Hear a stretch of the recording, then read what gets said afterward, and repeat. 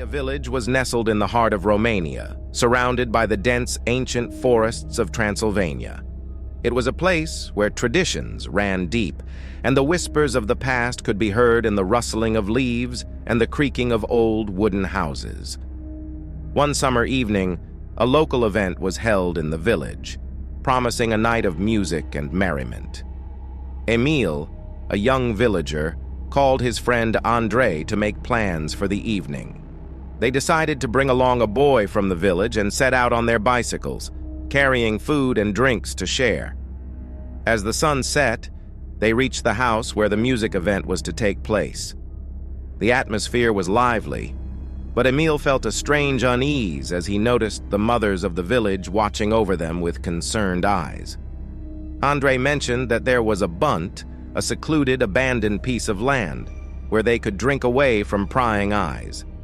However, he also warned that the place was rumored to be haunted. Emil, ever the skeptic, dismissed the warnings and convinced Andrei and his brother to join him at the bunt. They cycled through the darkening village, the music fading behind them as they ventured deeper into the forest. The air grew colder, and the trees loomed tall and foreboding. At the bunt, they settled down, their laughter masking the growing sense of dread. The night was eerily quiet, save for the occasional hoot of an owl.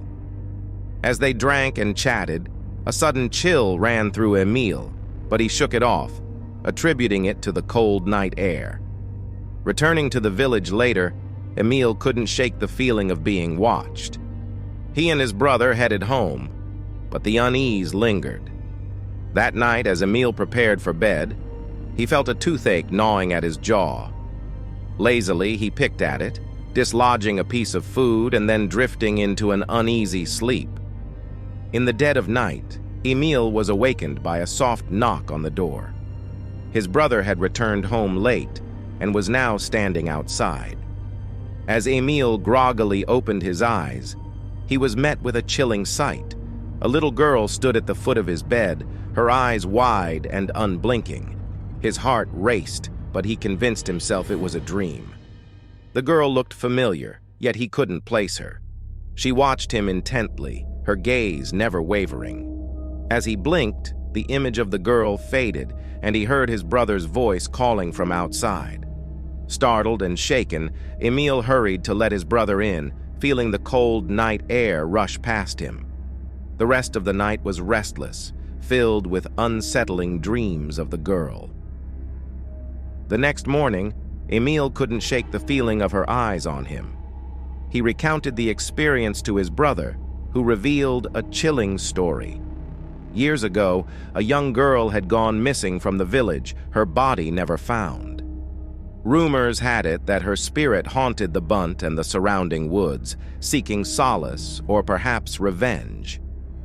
Emil's blood ran cold as he realized the girl he saw matched the description of the missing child.